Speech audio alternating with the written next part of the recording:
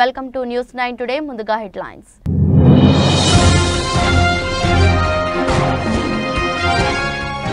England జట్టుతో కలిసి cricket ఆడిన రిషి సునాక్ నెట్టింట వైరల్ అవుతున్న వీడియో.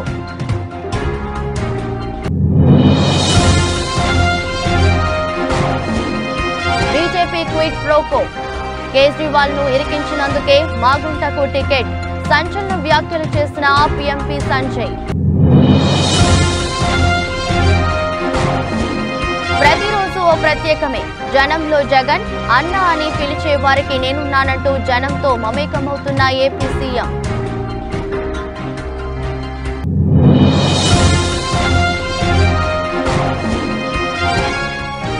బీజేపీ వ్యవస్థాపక దినోత్సవం సందర్భంగా ప్రధాని మోదీ కీలక సందేశం.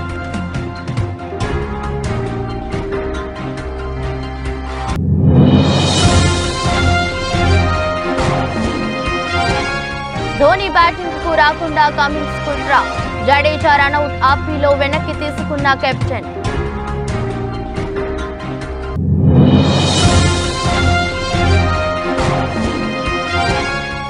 టిల్లు 2 బ్యాచ్ తో junior NTR, Siddhu Jonnalagadda team crazy update.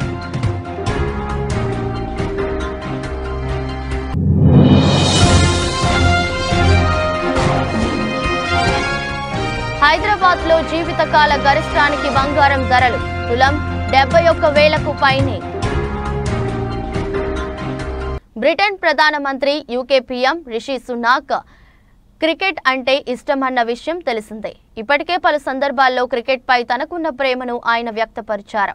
పలు సందర్భాల్లో క్రికెట్ ఆడిన వీడియోలను కూడా సోషల్ మీడియా ద్వారా అభిమానులతో పంచుకున్నారు. తాజాగా మరోసారి ఆయన క్రికెట్ ఆడారు. ఇంగ్లాండ్ ఆటగాళ్లతో సరదాగా బ్యాట్ పట్టారు. సునాక్ శుక్రవారం లండన్లోని ఓవర్ క్రికెట్ గ్రౌండ్ ను సందర్శించారు. అక్కడ ఇంగ్లాండ్ క్రికెట్ జట్టుతో సమావేశమయ్యారు. అనంతరం ఆటగాళ్లతో కలిసి నెట్ సెషన్లో పాల్గొన్నారు. England legendary cricketer James Anderson సహా ఇతర ఆటగాళ్లతో కలిసి ఉత్సాహంగా బ్యాటింగ్ చేసి ఆకట్టుకున్నారు. ఇందుకు సంబంధించిన వీడియోను రిషి సునాక్ ఎక్స్ వేదికగా పోస్ట్ చేశారు. ప్రస్తుతం ఈ వీడియో వైరల్ అవుతుంది. I was catching practice. I was just, that's the. Chris agreed. Chris, this person who caught the ball. Yeah, exactly. We're going to have a bat. Jimmy's going to bowl some rockets, and then we're going to swap round. Yeah, Jimmy's not going to bowl some rockets. Let's just be crystal clear.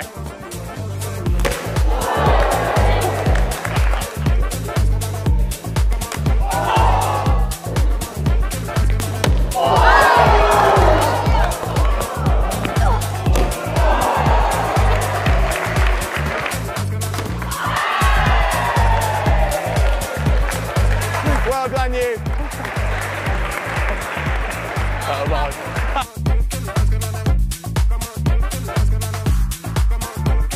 I'll just stay here for the rest of the day, so you tell the office I'll be back later.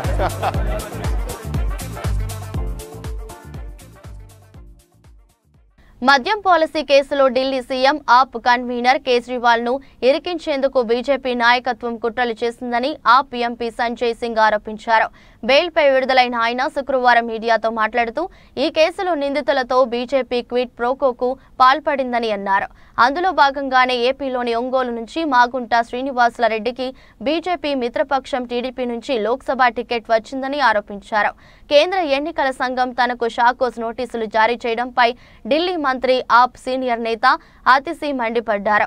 ED ఏమైనా అధికార party BJP అనుబంధ సంస్థ అని ప్రశ్నించారు. తనకు బీజేపీలో చేరాలని లేదా ఈడీ చేతిలో అరెస్టు అయ్యేందుకు సిద్ధంగా ఉండాలంటూ ఆ పార్టీ నేతలు తనను బెదిరించారని ఆతిశీ ఆరోపణలు చేసిన విషయం తెలిసిందే. దీనిపై బీజేపీ ఫిర్యాదుపై స్పందించిన ఎన్నికల సంఘం గురువారం నోటీసులు ఇచ్చింది. भाजपा के नेताओं के घर पे क्या बीजेपी के शीर्ष नेतृत्व को जाने बगैर 55 करोड़ रुपए मिल गए? उनको मालूम नहीं है 55 करोड़ रुपए पहुंच गए उनको? इस शराब घोटाले पे क्या कार्रवाई की ईडी ने, सीबीआई ने? आप बताइए मुझे। गोवा इलेक्शन जब मैंने आपको बता दिया जिन लोगों ने केजरीवाल का नाम लिया, कैसे लिया, कितने दबाव में लिया और पहले क्या बोला बाद में क्या बोला, ये सारा कुछ बता दिया, तो उसमें गोवा की कहानी तैयार करो कि जो कोई भी झूठी कहानी तैयार करो, इसका क्या लेना देना है? और कोई प्रश्न? सर, ये भी अब तर्क लगाया जा रहा है कि आपके खाते में, क्योंकि जो पूरा ईडी का इन्वेस्टिगेशन है, दावा है 100 करोड़ का किकबैक, 45 करोड़ गोवा में, तो चुनावों के बाद आम आदमी पार्टी का खाता फ्रीज किया जा सकता है क्योंकि बेनिफिशियरी आप कह रहे हैं कि भारतीय जनता पार्टी का खाता सीज किया जा सकता है? मुझे ऐसा नहीं लगता, क्योंकि 55 करोड़ की रिश्वत तो उनको मिली है, उनके खाते में गई है। गड्डियां गिनी है भाजपाइयों ने 55 करोड़ की। तो मैं तो कहता हूं, जो जितना बड़ा भ्रष्टाचारी वो उतना बड़ा पदाधिकारी, यह है भारतीय जनता पार्टी का नारा। जो जितना बड़ा भ्रष्टाचारी वो उतना बड़ा पदाधिकारी, यह है भारतीय जनता पार्टी का नारा। और कोई प्रश्न? आपने उन बयानों का जिक्र किया जिनको ईडी ने कंसीडर नहीं किया, तो क्या इस मामले को लेकर आप लोग कोर्ट जाएंगे कि कोर्ट उस केस कोर्ट में आ गए ना? ओहो, आप लोग अपील कर, आप सुन नहीं रहे फिर मेरी बात। ईडी ने अपने बयानों की एक चार्जशीट बनाई और उन्होंने दिखा। ఏపీలో సీఎం జగన్ బస్సు యాత్ర 9వ రోజుకు చేరుకుంది. ప్రస్తుతం నెల్లూరు జిల్లాలో కొనసాగుతుంది. మధ్యాహ్నం కావలి సభలో సీఎం జగన్ ప్రసంగించబోతున్నారు. కడప నుంచి నెల్లూరు వరకు ఏ జిల్లా చూసినా, ఏ పల్లె చూసినా అడుగడుగునా బస్సు యాత్రకు జనం బ్రహ్మరథం పడుతున్నారు. ఏపీలో సీఎం జగన్ బస్సు యాత్ర 9వ రోజుకు చేరుకుంది. ప్రస్తుతం నెల్లూరు జిల్లాలో కొనసాగుతుంది. మధ్యాహ్నం కావలి సభలో సీఎం జగన్ ప్రసంగించబోతున్నారు. కడప నుంచి నెల్లూరు వరకు ఏ జిల్లా చూసినా, ఏ పల్లె చూసినా అడుగడుగునా బస్సు యాత్రకు జనం బ్రహ్మరథం పడుతున్నారు. ఎక్కడికక్కడ పూల వర్షం కురిపిస్తూ తమ అభిమానం చాటుకుంటున్నారు. ఏపీ సీఎం జగన్ తన ట్విట్టర్లో పోస్ట్ చేసిన వీడియోలు ఇవి. ప్రజలతో ఆయన ఎలా కనెక్ట్ అవుతున్నారో చాటే దృశ్యాలు అందరినీ ఆకట్టుకుంటున్నాయి. అభివాదం పోటెత్తుతుంది, ఆత్మీయత ఆహ్వానం పలుకుతుంది. అభిమాన నేత పలకరింపు కోసం కొందరు, కష్టాలు చెప్పుకునేందుకు ఇంకొందరు. సీఎం జగన్ బస్సు యాత్రలో దృశ్యాలు ఆసక్తి రేపుతున్నాయి. ఎన్నికలయ్యాక నేను మీ బిడ్డని అనే జగన్ నిజంగా వారి ఇంటి బిడ్డలా ఆలోచించి వాలంటీర్ వ్యవస్థను తెచ్చి ప్రతి నెల మొదటి రోజున సెలవైనా సరే పెద్దవారైన అవ్వాతాతలకి పెన్షన్ ఇంటి వద్దకే చేరేలా చేశారు. నేడు కేంద్రంలో అధికారంలో ఉన్న భారతీయ జనతా పార్టీ 45వ వ్యవస్థాపక దినోత్సవ వేడుకలు జరుపుకుంటుంది. మాజీ ప్రధాని అటల్ బిహారీ వాజ్పేయి నేతృత్వంలో 1980 ఏప్రిల్ 6న స్థాపించడం జరిగింది. బీజేపీ ఆవిర్భావ దినోత్సవం సందర్భంగా పార్టీ కార్యకర్తలకు ప్రధాని నరేంద్ర మోదీ శుభాకాంక్షలు తెలిపారు. 44 ఏళ్ల బీజేపీ ప్రయాణాన్ని ప్రస్తావించిన ప్రధాని మోదీ సోషల్ మీడియా ట్విట్టర్ వేదికగా పోస్ట్ చేశారు. ఇన్నేళ్లుగా తమ కఠోర శ్రమ, పోరాటం, త్యాగాలతో పార్టీని ఈ స్థాయికి తీసుకెళ్లిన బీజేపీలోని మహానుభావులందరికీ నివాళులర్పించే రోజు ఇది. నేషన్ ఫస్ట్ అనే మంత్రంతో ప్రజలకు సేవ చేయడంలో నిమగ్నమై ఉన్న బీజేపీ దేశంలో అత్యంత ఇష్టమైన పార్టీ అని, ఇందుకోసం కృషి చేసిన ప్రతి నాయకుడికి, కార్యకర్తకు అభినందన అంటూ మోదీ పేర్కొన్నారు. బీజేపీ తన అభివృద్ధి దృక్పథం, సుపరిపాలన, జాతీయవాద విలువలకు ఎల్లప్పుడూ అంకితమై ఉండటం మనందరికీ గర్వకారణమన్నారు. ప్రధాని మోదీ 140 కోట్ల మంది దేశ ప్రజల ఆకాంక్షలను నెరవేర్చేందుకు పగలు రాత్రి శ్రమిస్తున్న కార్యకర్తలే బీజేపీకి అతిపెద్ద బలమన్నారు. దేశంలోని యువత తమ కలలను సాకారం చేసి 21వ శతాబ్దంలో భారతదేశానికి బలమైన నాయకత్వాన్ని అందించగల సత్తా ఉన్న పార్టీగా బీజేపీని చూస్తున్నారని ప్రధాని మోదీ పేర్కొన్నారు. కేంద్రమైన లేదా రాష్ట్రమైన బీజేపీ సుపరిపాలనను పునర్నిర్మించిందన్నారు. మోదీ పార్టీ ప్రణాళికలు, విధానాలు దేశంలోని పేద, అణగారిన సోదరీమణులకు కొత్త బలాన్ని ఇచ్చాయని, దశాబ్దాల తరబడి అట్టడుగున ఉన్న ప్రజలు బీజేపీలో తమకు పెద్ద ఆశా కిరణాన్ని చూశారన్నారు. తమ బలమైన గొంతుకగా బీజేపీ ముందుకు వచ్చింది. ఎల్లప్పుడూ మొత్తం అభివృద్ధి కోసం పనిచేస్తున్నాం. ఇది ప్రతి భారతీయుడి జీవితాన్ని సులభతరం చేసిందన్నారు ప్రధాని మోదీ. అవినీతి, ఆశ్రిత పక్షపాతం నుంచి దేశాన్ని విముక్తం చేస్తున్నామని, అవినీతి, బంధుప్రీతి, కులతత్వం, మతతత్వం, ఓటు బ్యాంకు రాజకీయాల నుంచి దేశాన్ని విముక్తి చేయాలని భారతీయ జనతా పార్టీ కృత నిశ్చయంతో ఉందని మోదీ అన్నారు. దశాబ్దాలుగా పాలించిన పార్టీలు ఈ రాజకీయ సంస్కృతిని దేశానికి గుర్తింపుగా మార్చుకున్నాయి. కొత్త భారతదేశంలో స్వచ్ఛమైన, పారదర్శకమైన పాలన కారణంగా అభివృద్ధి ప్రయోజనాలు నేను నేడు ఎటువంటి వివక్ష లేకుండా చివరి దశలో ఉన్న పేదలకు చేరుతున్నాయని ప్రధాని మోదీ స్పష్టం చేశారు.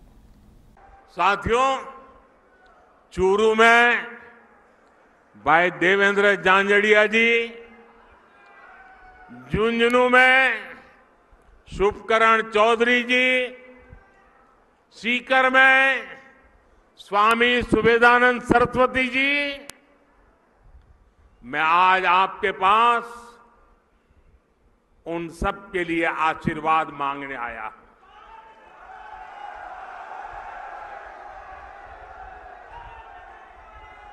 और आप में से बहुत कम लोगों को पता होगा, मैं आज बता देना चाहता हूं,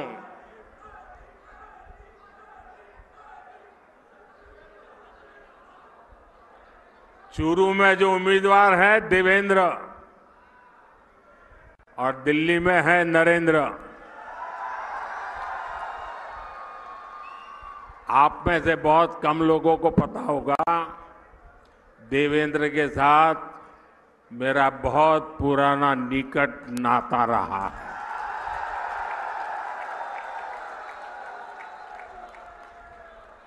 और जब मैं देवेंद्र को पहली बार मिला, जब मैंने उसकी मां की बातें सुनी, मेरे मन को छू गया कि मेरे देश की आन बान के शान के लिए शेखावटी की गरीब मां, अनपढ़ मां, अपना बेटा जिसका शरीर मुसीबतों से गुजारा करने वाला शरीर है, लेकिन उसको भी दुनिया में देश का नाम रोशन करने के लिए मां प्रेरित करती है. और देवेंद्र भी गरीबी की परवाह किए बिना जी जान से जुट करके भारत का सम्मान बढ़ाया है. देवेंद्र को टिकट देने के पीछे मोदी का मकसद यही था कि जो गरीब मां का बेटा होता है उसके सपने भी पूरे होने चाहिए. సార్వత్రిక ఎన్నికల్లో విశాఖ వైఎస్ఆర్సీపీ పార్లమెంట్ అభ్యర్థిగా పోటీ చేస్తున్న శ్రీమతి బొత్స ఝాన్సీ ప్రచారంలో దూసుకుపోతున్నారు. అడుగడుగునా ప్రజలు బ్రహ్మరథం పడుతున్నారు. విశాఖ సమస్యలపై పూర్తి అవగాహన ఉందని, స్థానికురాలనైనా నన్ను గెలిపిస్తే విశాఖ ఉక్కు రైల్వే జోన్ వంటి సమస్యలను పరిష్కరిస్తానని హామీ ఇస్తున్న బొత్స ఝాన్సీతో మా ప్రతినిధి face to face. Election commission సార్వత్రిక ఎన్నికల కోడ్ తేదీ ప్రకటించడంతో విశాఖలో అభ్యర్థులు ప్రచారం ప్రారంభించారు. మనతో విశాఖ పార్లమెంట్ వైఎస్ఆర్సీపీ అభ్యర్థి బొత్స ఝాన్సీ గారు ఉన్నారు. ప్రచారంలో దూసుకుపోతున్నారు. అడుగడుగునా బ్రహ్మరథం పడుతున్నారు. బొత్స ఝాన్సీ గారిని అడిగి ప్రచారం ఎలా జరుగుతుంది, ప్రజల నుంచి ఎటువంటి ఆదరణ లభిస్తుందో తెలుసుకుందాం. మేడం చెప్పండి, ముఖ్యంగా అంతకుముందు మీరు విజయనగరం నుంచి పోటీ చేశారు, విజయనగరం బొబ్బిలి నుంచి. ఇప్పుడు విశాఖ నుంచి పోటీ చేయడానికి కారణం ఏంటి? ప్రజలు ఏ విధంగా ఆదరిస్తున్నారు? గతంలో మెట్టినీటిలోని చేయడానికి నాకు అవకాశం ఆ రోజు కల్పించారు. అలా విజయనగరం బొబ్బిలి ఎంపీగా నేను ఇక్కడ చేయడం జరిగింది. ఈరోజు మా ముఖ్యమంత్రి గారు జగన్మోహన్ రెడ్డి గారు నా స్వంత గడ్డ పుట్టినూరులోని ఈరోజు నాకు చేయడానికి విశాఖపట్నం ఆడపడుచుగా నాకు అవకాశాన్ని కల్పించి, ఒక బీసీ మహిళకి ఈరోజు అవకాశం కల్పించి ఇక్కడ ఇవ్వటం జరిగింది. మరి నేనైతే వారు ఇచ్చిన దాన్ని నేను ఒక నిజంగా ఈ పుట్టినూరికి రుణం తీర్చుకునే భాగ్యాన్ని ప్రజల ద్వారా తప్పకుండా ఇక్కడ కూడా చేయడానికి అవకాశం ఇచ్చినందుకు ప్రత్యేకంగా ధన్యవాదాలు మా ముఖ్యమంత్రి గారికి తెలియజేస్తున్నాను. నేనైతే ఇది ఆపర్చునిటీ ఒక గోల్డెన్ ఆపర్చునిటీగానే నేను భావిస్తున్నాను. విశాఖలో ప్రధానమైన సమస్యలు ఉత్తరాంధ్రకి, అటు స్టీల్ ప్లాంట్ కానీ విశాఖ రైల్వే జోన్ కానీ, దాని మీద ప్రజలకు ఎటువంటి హామీ ఇస్తారు? స్టీల్ ప్లాంట్ గురించి ప్రత్యేకించి అది ఎంతమందో వారి ప్రాణత్యాగంతో మన స్టీల్ ప్లాంట్ని తెచ్చుకున్నది. దాన్ని పూర్తిగా ఈవేళ ప్రజల పక్షాన ఉండాల్సిన స్టీల్ ప్లాంట్, మన విశాఖ ఉక్కు ఆంధ్రుల హక్కు అనే నినాదాన్ని ఈవేళ పూర్తిగా మద్దతు ఇస్తున్నాం. ఖచ్చితంగా ఈ స్టీల్ ప్లాంట్ ఎటువంటి పరిస్థితులు కూడా ప్రైవేటీకరణ చేయడానికి మేము ముక్త కంఠంతో ఖండిస్తున్నాం. కావున దీనికి మా ముఖ్యమంత్రి గారు జగన్మోహన్ రెడ్డి గారు వారు కానీ, అలాగే మా పార్టీ స్టాండ్స్ కానీ, మేమందరం ఖచ్చితంగా ప్రజల పక్షాన్ని నిలబడే వారంగా ఇది ప్రైవేటీకరణకి పూర్తిగా వ్యతిరేకిస్తూ ప్రజల పక్షాన్ని అది ఉండేటట్టుగా ఈవేళ పబ్లిక్ సెక్టార్లో ఉండేటట్టుగా మా వంతు ప్రయత్నం కూడా మేము చేయటమే కాదు, ఎటువంటి భీమిలి నియోజకవర్గంలో మళ్లీ చంద్రబాబు నాయకత్వం కావాలని ప్రజలు ఎదురు చూస్తున్నారని భీమిలి టీడీపీ అభ్యర్థి గంటా శ్రీనివాసరావు అన్నారు. ఆయన నివాసంలో నియోజకవర్గంలో వివిధ పార్టీలకు చెందిన నాయకులు కార్యకర్తలు గంటా సమక్షంలో టీడీపీలో చేరారు. ఈ సందర్భంగా గంటా శ్రీనివాసరావు మీడియాతో మాట్లాడారు. భీమిలి కూటమి అభ్యర్థిగా తనను ఎంపిక చేసిన తరువాత ఆనందపురం, పద్మనాభం, భీమిలి మండలాల నుంచి అనూహ్య స్పందన వస్తుందని చెప్పారు. ఆనందపురం తనకు కలిసొచ్చే మండలమని, ముగ్గురు సర్పంచులు, వార్డు సభ్యులు, సుమారు 200 మంది టీడీపీలో చేరారన్నారు. భవిష్యత్తులో మరిన్ని చేరికలు ఉంటాయన్నారు. ఈ రోజు నుంచి వారంతా టీడీపీ కుటుంబ సభ్యులని, భవిష్యత్తులో గెలుపు కోసం అందరూ కలిసికట్టుగా కృషి చేయాలని పిలుపునిచ్చారు. రాష్ట్రంలో 151 స్థానాలు వైసీపీకి ఇచ్చిన తర్వాత ముఖ్యమంత్రి జగన్ బాధ్యతలు చేపట్టాక 85% హామీలు అమలు చేయలేదని విమర్శించారు. రాష్ట్ర అభివృద్ధి లేదు, పరిశ్రమ కూడా రాలేదని విమర్శించారు. కూటమి అధికారంలోకి వచ్చిన తర్వాత రాష్ట్రంలో ఇప్పటి వరకు ఏమి అభివృద్ధి చెందిందో శ్వేతపత్రాన్ని విడుదల చేస్తామని పేర్కొన్నారు. అందరికీ ముందుగా నమస్కారం. అందరూ కూడా మనస్ఫూర్తిగా క్షమించాలి, ఎందుకంటే ఆలస్యమైంది. ఫ్లైట్ ల్యాండింగ్ కొంత లేట్ కావడం వల్ల ఆలస్యంగా రావడం జరిగింది. అందరూ క్షమించమని చెప్పని కోరుకుంటూ, ఈరోజు మీరందరూ కూడా చూశారు, భీమిలి నియోజకవర్గంలో తెలుగుదేశం పార్టీకి ఒక కొత్త సువర్ణాధ్యాయం. ఎన్నికల ప్రకటన వచ్చిన దగ్గర నుంచి కూడా ఎప్పుడెప్పుడు ఈ ప్రభుత్వానికి చరంగతం పాడాలి, జగన్మోహన్ రెడ్డి గారికి బై బై చెప్పాలి, మళ్ళీ రాష్ట్రానికి పూర్వభావం రావాలంటే చంద్రబాబు గారి నాయకత్వం కావాలని చెప్పని ప్రజలు కోరుకుంటున్న నేపథ్యంలో మరి డెవలప్మెంట్స్ అని మనం చూస్తూ ఉన్నాం. తెలుగుదేశం పార్టీతో పాటు పవర్ స్టార్ పవన్ కళ్యాణ్ గారు జనసేన పార్టీ, అలాగే భారతీయ జనతా పార్టీ అన్నీ కలిపి ఉమ్మడి కూటమిగా ఏర్పాటు కావటం, అలాగే ఉమ్మడి కూటమి తరఫున అభ్యర్థులు కూడా 175 అసెంబ్లీ స్థానాలకి, అలాగే 25 ఎంపీ స్థానాలకు కూడా ఫైనలైజ్ చేయటం, ఇవన్నీ కూడా జరిగాయి. మరి భీమిలి అభ్యర్థిగా, ఉమ్మడి అభ్యర్థిగా తెలుగుదేశం పార్టీ నుంచి, అలాగే జనసేన, భాజపా సపోర్ట్ చేసిన అభ్యర్థిగా నేను అనౌన్స్ అయిన తర్వాత ప్రత్యేకంగా రూరల్ ప్రాంతంలో ఆనందపురం కానీ, పద్మనాభం కానివ్వండి, లేకపోతే భీమిలి రూరల్ మండలం కానివ్వండి, 3 మండలాల నుంచి కూడా ఒక అనూహ్యమైన స్పందన. వాళ్ళు ఎన్నో రోజుల నుంచి కోరుకుంటున్న మనిషి మాకు వచ్చారు, మీలాంటి వాళ్ళు మాకు కావాలి, మేమందరం కూడా పార్టీలో చేరతాం, మీకు మద్దతుగా ఉంటామని చెప్పని గ్రామాలు ఒక పండగ వాతావరణంలో వాళ్ళందరూ కూడా సెలబ్రేట్ చేసుకుంటూ వాళ్ళు ముందుకు వస్తూ ఉన్నారు. ఈరోజు ఈ ఆనందపురం సెంటిమెంట్ కూడా నాకు ఒక కలిసి వచ్చిన మండలం. 2014లో కూడా హైయెస్ట్ మెజారిటీ మండలం. ఆ మండలం నుంచి మనం ఈ జాయినింగ్స్ ప్రారంభం చేసుకోవడం జరిగింది. ఈరోజు ఒక 3 సర్పంచులు, అలాగే 200 మంది పైగా వార్డు మెంబర్లు కానీ, ఎక్స్ సర్పంచ్లు కానీ, లేకపోతే ఈ సొసైటీ డైరెక్టర్లు కానీ. నడిసంద్రంలో బోటు తగలబడిపోయిన సంఘటనపై అన్ని వర్గాలు ఆవేదన వ్యక్తం చేస్తున్నాయి. ఈ సంఘటనలో 9 మంది మత్స్యకారులకు తీవ్ర గాయాలు కాగా క్షతగాత్రులని అధికారులు కేజీహెచ్కు తరలించి వైద్యం చేయిస్తున్నారు. విశాఖ తెలుగుదేశం పార్టీ పార్లమెంట్ అభ్యర్థి ఎం భరత్ జాలర్లను పరామర్శించారు. గాయాల పాలైన వారిలో కొంతమంది ఐసీయూలో ఉన్నారని తెలుసుకుని వారి పరిస్థితిపై కేజీహెచ్ వైద్యుల్ని అడిగి తెలుసుకున్నారు. జాగ్రత్తలు తీసుకోవాలని కుటుంబ సభ్యులకు ధైర్యం చెప్పారు. నిన్న సాయంత్రం మీ అందరికీ ఈ బ్యాడ్ న్యూస్ ఫిషింగ్కి వెళ్ళిన బోట్లో 9 మంది మత్స్యకారులు ఉన్నట్టుగా ఇంజిన్ కాలిపోవడం వల్ల ఏదో బ్లాస్ట్ లాగా జరిగిందంట. ఆ బర్న్స్లో 9 మంది ఫిషర్మెన్ అందరూ బాగా డ్యామేజ్ అయ్యారు. ప్రత్యేకంగా వాళ్ళల్లో 5గురికి చాలా సీరియస్ బర్న్స్ అయినాయి అన్నారు. ఇవాళ నేను వాళ్ళని విజిట్ చేసి అసలు వాళ్ళ హెల్త్ ఎట్లా ఉంది అని చెక్ చేయడానికి కేజీహెచ్ హాస్పిటల్ గంటి బాబ్జీ గారు నేను రావడం జరిగింది. అయితే లోపల ఐసీయూలో లిమిటెడ్గా మా లీడర్ మమ్మల్ని చూస్తే ఇద్దరికి 68% బర్న్స్, ఒకరికి 80% పైగా బాడీ బర్న్స్ ఉండి చాలా బ్యాడ్గా ఉన్నారు. అంటే బాడీ ఫంక్షన్స్ కూడా ఇంకా యూరిన్, ఫుడ్, గ్లూకోజ్ కూడా అంతా డైరెక్ట్ పైప్ ద్వారానే అందజేస్తున్నారు. అయితే ఇంకా వాళ్ళు వెంటిలేటర్ సపోర్ట్కి వెళ్ళలేదు, కానీ 80% ఉన్న వాళ్ళకి కొంచెం రిస్క్ చాలా ఎక్కువ. వాళ్ళు ఫుల్ రికవరీ చేస్తారా లేదా అనేది డాక్టర్ డౌట్ ఎక్స్ప్రెస్ చేశారు.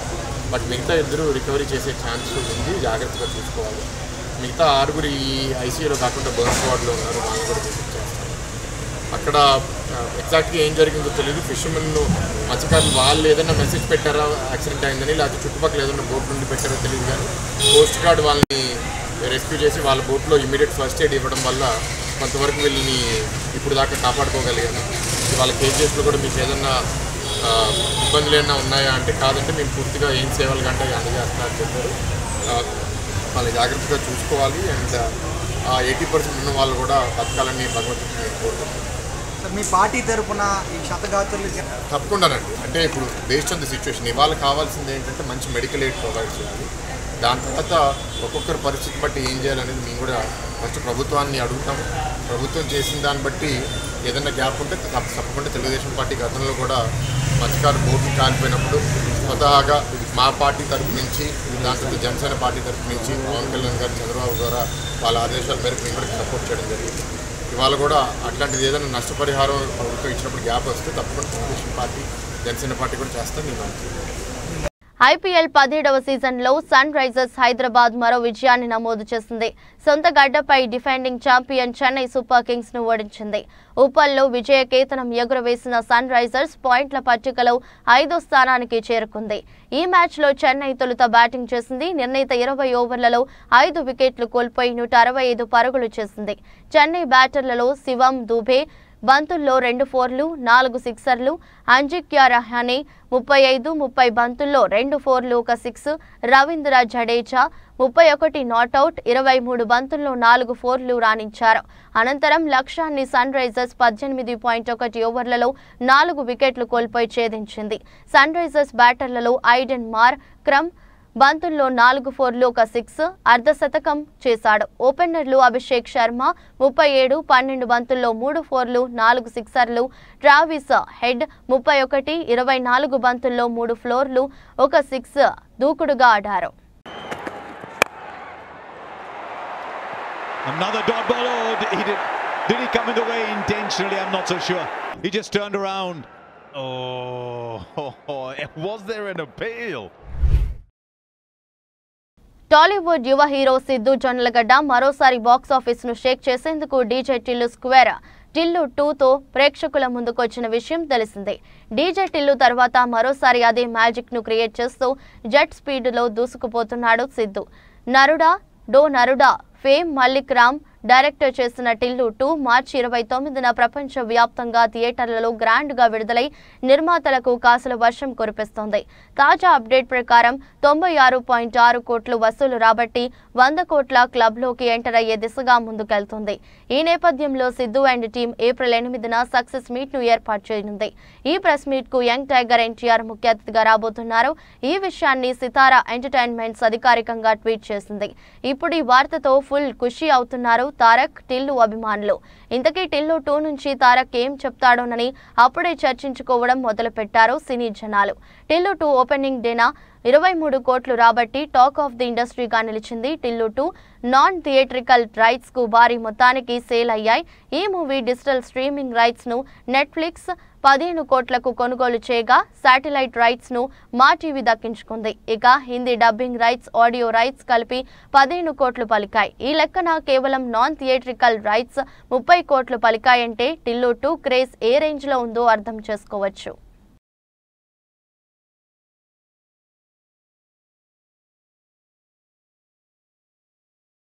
దేశంలో బంగారం ధరలు ఆకాశాన్ని అంటుతున్నాయి. పసిడి ధరలు రోజురోజుకు రికార్డు స్థాయిలో దూసుకుపోతున్నాయి. జీవితకాల గరిష్ట స్థాయికి చేరుకుంటున్నాయి. ప్రస్తుతం 10 గ్రాముల స్వచ్ఛమైన బంగారం ధర ఏకంగా 71,000కు పైనే పలుకుతుంది.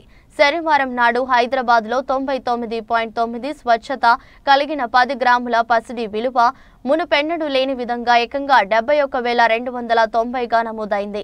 ఇక 22 క్యారెట్ల తులం బంగారం ధర 65,350గా ఉంది. పెండిళ్ల సీజన్ కావడం, అంతర్జాతీయ మార్కెట్ నుంచి అనుకూల సంకేతాలు వస్తుండటంతో దేశీయ మార్కెట్లో ధరలు రోజుకింత పెరుగుతూ ఉన్నాయని నిపుణులు విశ్లేషిస్తున్నారు. దేశ రాజధాని ఢిల్లీలో 24 క్యారెట్ల పసిడి ధర 71,440 పలుకుతోంది. అదే సమయంలో 22 క్యారెట్ల 10 గ్రాముల గోల్డ్ 65,500గా ఉంది. ఇక ముంబైలో 24 క్యారెట్ల 10 గ్రాముల ధర 71,290 కాగా 22 క్యారెట్ల 10 గ్రాముల ధర 65,350గా ఉంది. బెంగళూరులో 24 క్యారెట్ల ధర 71,290 కాగా 22 క్యారెట్ల 10 గ్రాముల బంగారం 65,350గా ఉంది. చెన్నైలో 24 క్యారెట్ల 10 గ్రాముల బంగారం ధర 72,160 కాగా 22 క్యారెట్ల 10 గ్రాముల బంగారం ధర 66,150 పలుకుతుంది. ఇక వెండి ధరలు కూడా బంగారం బాటలోనే పయనిస్తున్నాయి. ప్రస్తుతం మార్కెట్లో కిలో వెండి ధర 82,000కు పైనే పలుకుతుంది. హైదరాబాద్లో కిలో వెండి 84,900గా ఉంది. ఢిల్లీలో 83,500, ముంబైలో 83,500, చెన్నైలో 87,000, బెంగళూరులో 82,000 వద్ద వెండి ధరలు కొనసాగుతున్నాయి. వార్తలు ముగించే ముందు మరోసారి headlines.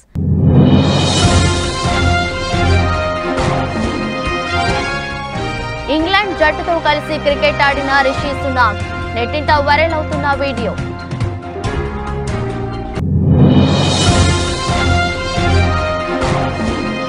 BJP quid pro quo, Kejriwal ను ఇరికించినందుకే మాగుంటకు టికెట్, సంచలన వ్యాఖ్యలు చేసిన ఆప్ ఎంపీ సంజయ్. ప్రతిరోజు ఓ ప్రత్యేకమే, జనంలో జగన్ అన్న అని పిలిచే వారికి నేనున్నానంటూ జనంతో మమేకమవుతున్న ఏపీ సీఎం.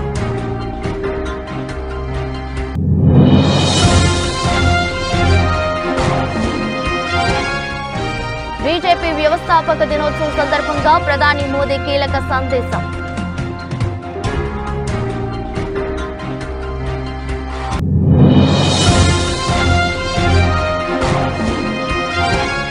ధోని బ్యాటింగ్ కు రాకుండా కమిన్స్ కుట్ర, జడేజా రనౌట్ ఆపీలో వెనక్కి తీసుకున్న కెప్టెన్.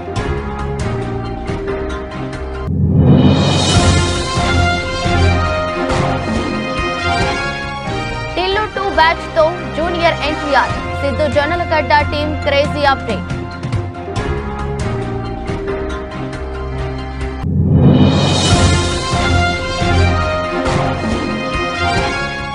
హైదరాబాద్ లో జీవితకాల గరిష్టానికి బంగారం ధరలు తులం 71,000కు పైనే.